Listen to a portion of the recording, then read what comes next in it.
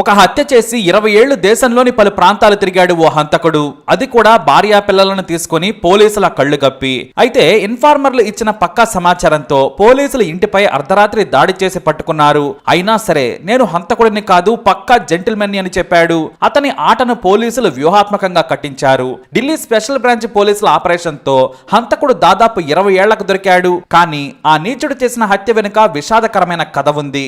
ఢిల్లీలో చిన్నప్పటి నుంచి గుల్షన్ నరేంద్రలు కలిసి చదువుకున్నారు. గుల్షన్ కాస్త ధనవంతుడు, నరేంద్ర మధ్యతరగతికి చెందిన వ్యక్తి. అయితే గుల్షన్ ఇంటర్ చదివే సమయంలో నరేంద్ర చదువు మానేశాడు. కానీ స్నేహం మాత్రం కంటిన్యూ అయింది. అప్పటి వరకు కృష్ణానగర్ లో ఉండేవారు. ఆ తర్వాత పశ్చిమ విహార్ కు గుల్షన్ ఫ్యామిలీ షిఫ్ట్ అయింది. దీంతో స్నేహం తెగిపోయింది. డిగ్రీ కోసం గుల్షన్ వేరే కాలేజీలో జాయిన్ అయ్యాడు. ఆ తర్వాత కూడా గుల్షన్ వ్యాపారంలోకి అడుగు పెట్టాడు. ప్రవీణ్ ఏమో సేల్స్ మేనేజర్ గా కెరీర్ స్టార్ట్ చేశాడు. దాదాపుగా ఇద్దరి మధ్య కొన్నేళ్ల పాటు మాటలు కూడా లేవు. కానీ ఒకనొక సందర్భంలో కలిశారు. ఎప్పుడంటే గుల్షన్ తన పెళ్లికి నరేంద్రను ఆహ్వానించాడు. ఆ పెళ్లికి నరేంద్ర కూడా వెళ్ళాడు. అదే వారిద్దరూ మళ్లీ కలుసుకోవడం. ఇక నరేంద్ర చదువుకున్నది తక్కువేనైనా సేల్స్ లో మంచి పట్టు సాధించాడు. డబ్బు కూడా బాగానే సంపాదించాడు. ఇటు గుల్షన్ వ్యాపారంలో నిలదొక్కున్నాడు. ఇతనికి 3 కొడుకులు. ఒక కొడుకుని కెనడాలో చదివించేవాడు. అయితే హఠాత్తుగా గుల్షన్ మొదటి భార్య అనారోగ్యంతో చనిపోయింది. మిగిలిన 2 కొడుకులు, ఒకరు 9వ తరగతి, మరో వ్యక్తి 10th చదువుతున్నాడు. భార్య చనిపోవడంతో గుల్షన్ కాస్త ఇబ్బంది పడ్డాడు. 2 పిల్లలను బడికి పంపడం నుంచి వ్యాపారం చూసుకోవడం కూడా తలకమించిన పని అయ్యేది. దీంతో పని మనిషిని పెట్టుకుని లాగించేవాడు. అయితే గుల్షన్ ఓ వేడుకలో నవ్య అనే యువతిని చూశాడు. ఆమె గుల్షన్ కు దూరపు బంధువు అవుతుంది. పైగా అప్పుడప్పుడు తన ఇంటికి కూడా వచ్చేది. తన భార్య దూరపు బంధువు కావడంతో కనీసం 2-3 నెలలకు ఒకసారైనా వచ్చేది. ఎలాగంటే తన భార్య చిన్నమ్మ కూతురు అన్నమాట.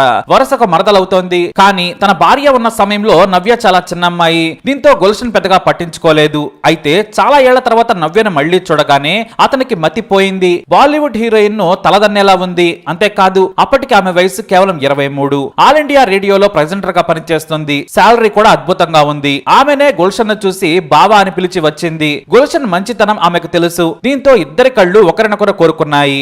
ఒంటరిగా ఉన్న గుల్షన్ ను పెళ్లి చేసుకునేందుకు నవ్య రెడీ అయింది. పైగా వారి పిల్లలకు నవ్య కొత్త కాదు. దీంతో రహస్యంగా గుల్షన్ నవ్య ప్రేమించుకున్నారు. అయితే నవ్యకు మంచి సంబంధాలు వస్తూ ఉన్నాయి. కోటీశ్వరులైన బంధువులు కూడా ఆమె అందానికి ఫిదా అయ్యి కట్నం లేకుండా పెళ్లి చేసుకుంటామని ఆఫర్ చేశారు. పైగా రేడియోలో పనిచేస్తోంది. మంచి అందం, అంతకు మించి గొప్ప గొంతు. సినిమాల్లో డబ్బింగ్ చెప్పాలనే ప్రయత్నాల్లో కూడా ఉంది. అయితే నటిగా కూడా ఛాన్స్ వస్తుందని ఫ్రెండ్స్ ఎంకరేజ్ చేసిన నా వల్ల కాదని చెప్పేది. అయితే తన తల్లిదండ్రులు పెళ్లి చూపులకు ఏర్పాటు చేస్తున్న క్రమంలో గుల్షన్ ను పెళ్లి చేసుకుంటానని చెప్పింది నవ్య. దీంతో అందరూ కోపడ్డారు. ఇద్దరికి వయసులో సగం పైగా తేడా ఉంది. నీకు 40 వచ్చేసరికి అతను వృద్ధుడవుతాడు. వద్దని ఆమె తండ్రి సీరియస్ గా చెప్పాడు. కానీ భావన తప్ప మరెవరిని పెళ్లి చేసుకునని చెప్పింది. ఇటు గుల్షన్ ను కూడా అడగడంతో నవ్యను నేను పెళ్లి చేసుకుంటాను, ఆమె అందం కోసం కాదు ప్రేమగా చూసుకుంటాను. చిన్నప్పటి నుంచి నవ్య నాకు తెలుసు, మంచి భార్యగా తనకి ఏ లోటు రాకుండా చూసుకుంటాను. ఇక వయసు గురించి అంటే మా జీవితాలు ఎలా సాగుతాయో ఎవరికి తెలుసన్నాడు. చివరకు చాలా రోజుల తర్వాత నవ్య మంకు పట్టును చూసి ఆమె తండ్రి గుల్షన్ కు ఇచ్చి పెళ్లి చేశాడు.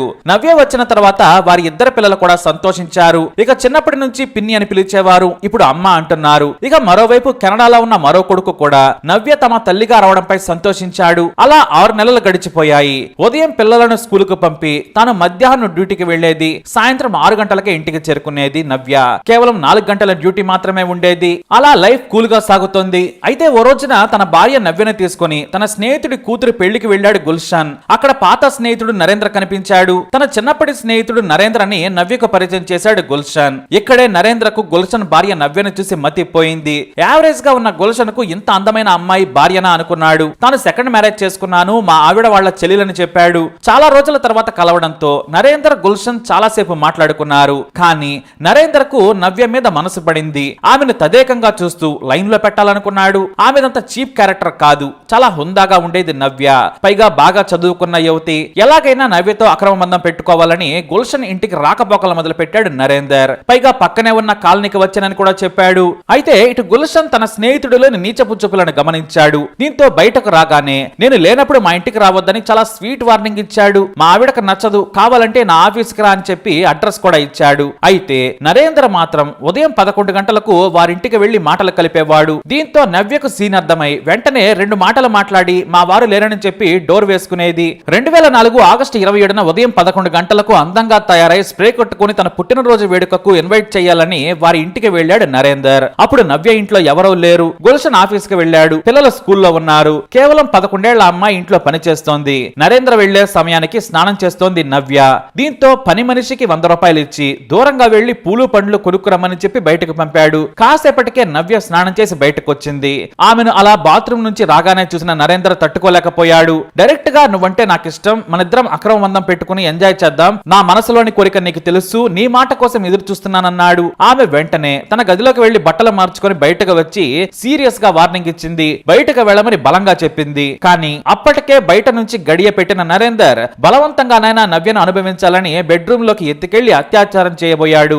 ఆమె పెనుగులాడి కేకలు పెట్టింది. దీంతో నోరు మూసి అత్యాచారం చేయబోయినా కుదరలేదు. బట్టలు మొత్తం చించేశాడు. అయితే బలంగా ఉన్న నవ్య అతడిని తంతూ కేకలు పెట్టడం మొదలు పెట్టింది. సీన్ అర్థం చేసుకున్న నరేందర్ నవ్య బ్రతికి ఉంటే జైలుకి వెళ్తారని భయపడ్డాడు. దీంతో ఆమె చున్నీని మెడకు చుట్టి హత్య చేశాడు. ఆ తర్వాత పని మనిషి ఇంటికి రాకముందే అక్కడ నుంచి పారిపోయాడు. కానీ అతను వచ్చినప్పుడు పని మనిషి చూసింది, వెళుతుండగా కూడా పని మనిషి నరేందర్ ను చూసింది. ఆ తర్వాత ఇంట్లోకి వెళ్లి చూడగా నగ్నంగా చనిపోయి బెడ్రూమ్ లో ఉంది. గదంతా చిందరవందరగా ఉంది. దీంతో భయపడి బయటకు వచ్చి పక్కింటి వారికి చెప్పింది. వాళ్ళు నవ్యని చూసి గుల్షన్కు సమాచారం ఇచ్చారు. పోలీసులకు కూడా సమాచారం ఇవ్వడంతో విచారణ మొదలు పెట్టారు. బాలిక చెప్పిన వివరాల ప్రకారం వచ్చింది నరేందర్ అని గుల్షన్ అర్థం చేసుకున్నాడు. నరేందర్ తన భార్యను చంపి ఉంటాడని పోలీసులకు చెప్పడంతో వేగంగా అతనిని పట్టుకునేందుకు ఇంటికెళ్లారు. అయితే అప్పటికే గాయబ్బయ్యాడు. కుటుంబంతో సహా పారిపోయాడు. పోలీసులు ఎంత వెతికినా దొరకలేదు. ఎందుకంటే ఢిల్లీ నుంచి నేరుగా జమ్మూ వెళ్ళాడు. అక్కడ ఓ అనామకుడిలా ఫ్యామిలీతో కలిసి కిరాణా షాప్ పెట్టుకుని బ్రతికాడు. ఆ తర్వాత పంజాబ్ వెళ్ళాడు. తెలిసిన వ్యక్తులు కనిపిస్తే వెంటనే మకా మార్చేవాడు. సరిగ్గా పోలీసులు అతని తండ్రి నివాస ప్రాంతమైన లుధియానా వెళ్లి వెతికినా కూడా దొరకలేదు. అయితే పోలీసులు మాత్రం తమ ప్రయత్నాన్ని ఆపలేదు. అలా వెతుకుతూ ఉండగా 2016లో పంచకులలో ఉన్నాడని తెలియగానే స్పెషల్ టీమ్స్ అక్కడికి వెళ్లిపోయాయి. కానీ నరేందర్ కి ఇంకా తెలివైన వాడు నిమిషంలో అక్కడి నుంచి ఎస్కేప్ అయిపోయాడు. ఇక నరేందర్ ఆచూకీ అప్పటి నుంచి కూడా మళ్లీ దొరకలేదు. పేరు మార్చుకుని జమ్మూ నుంచి పంజాబ్ లోని కొన్ని ప్రాంతాల్లో బ్రతికి చివరకు 2 కూతుళ్ల పెళ్లిళ్లు చేసి ఆ తర్వాత ఢిల్లీకి చేరుకున్నాడు. అప్పటికి అతనికి 64 ఏళ్లు వచ్చాయి. భార్యకు అనారోగ్యం, తాను కూడా పనిచేసే స్థితిలో లేడు. ఇక తన కేసు గురించి అంతా మరిచిపోయి ఉంటారులే అనుకున్నాడు. ఢిల్లీలోని విష్ణు గార్డెన్ ప్రాంతానికి కోతవేటు దూరంలోని స్లమ్ లో సొంతిల్లు కొనుక్కొని దర్జాగా ఉంటున్నాడు. అయితే మార్చి 10, 2022న స్పెషల్ బ్రాంచ్ పోలీసులకు ఇన్ఫార్మర్లు సమాచారం ఇచ్చారు. పాత కేసులోని హంతకుడు నరేందర్ మాదిరిగా ఓ వ్యక్తి ఉన్నాడని తెలియడంతో పాత ఫైల్ ని బయటకు తీశారు. ఎంగేజ్ లో ఉన్న ఫోటోలను బయటకు తీసి చూశారు. ఎందుకంటే ఇంటి నుంచి పారిపోయినప్పుడు నరేంద్ర ఫోటోలను ఇంట్లో ఉండగా సేకరించారు పోలీసులు. అది కూడా ఫ్యామిలీ ఫోటోలు. పోలీసులు అర్ధరాత్రి రైడ్ చేసి నరేంద్రను పట్టుకున్నారు. కానీ నేను హంతకుడిని కాదు, నా పేరు నరేంద్ర కాదని పోలీసులనే బెదిరించాడు. దీంతో గుల్షన్ తో పాటు కామన్ ఫ్రెండ్స్ ని పిలిచారు పోలీసులు. వారు వచ్చి నరేంద్రను గుర్తుపట్టారు. కానీ అక్కడ కూడా నేను అతడిని కాదని నానా హంగామా చేయడంతో పోలీసులు వ్యూహాత్మకంగా నరేందర్ సోదరుడిని పిలిపించి వరుసగా కొంతమంది వృద్ధులలో నిలబెట్టి మీ అన్నయ్యను గుర్తుపట్టమన్నారు. అతను నరేందర్ను గుర్తుపట్టారు. ఆ వెంటనే పోలీసులు స్టేషన్ కి తీసుకెళ్లి తమదైన శైలిలో విచారించడంతో తన కామ కథను చెప్పాడు. అంతేకాదు క్రైమ్ సీన్ లోని ఫింగర్ ప్రింట్స్ తో నరేందర్ వేలిముద్రలు పోలాయి. అలా 20 ఏళ్లకు దొరికాడు హంతకుడు. కేవలం నవ్య అందాన్ని ఆస్వాదించాలనే కామపిచ్చితో హాయిగా బ్రతుకుతున్న నవ్యను చంపాడు ఆ నీచుడు. అంతేకాదు తన జీవితం మారిపోయింది. తన పిల్లలకు తల్లి లేని లోటు తీరిందని సంతోషంలో ఉన్న స్నేహితుడి లైఫ్ ను కూడా తలకిందులు చేశాడు. ఇలాంటి నీచుడని తెలిస్తే నేను మాట్లాడేవాడిని కాదని గుల్షన్ కన్నీరు మున్నీరయ్యాడు. నా 2 భార్యలను పోగొట్టుకున్నాను. ఒక భార్య అనారోగ్యంతో చనిపోయింది. కానీ ఈ నీచుడి కార్యంగా నవ్య చనిపోయింది. నేను ఆమెను పెళ్లి చేసుకోకుంటే బాగుండేదని తల్లడిల్లిపోయాడు గుల్షన్. పిల్లలు కూడా పెద్దవారై వారి జీవితం వారు బ్రతుకుతున్నారు. ఇప్పుడు ఒంటరిగా ఉంటున్నాడు గుల్షన్. కానీ 20 ఏళ్లకు హంతకుడు దొరికాడని తెలిసి పోలీసులకు కృతజ్ఞతలు తెలిపాడు. మరి ఈ స్టోరీపై మీ అభిప్రాయాన్ని కమెంట్ ద్వారా తెలియజేయండి. వీడియోని లైక్ చేయండి, షేర్ చేయండి, మా ఛానల్ని సబ్స్క్రైబ్ చేసుకోండి.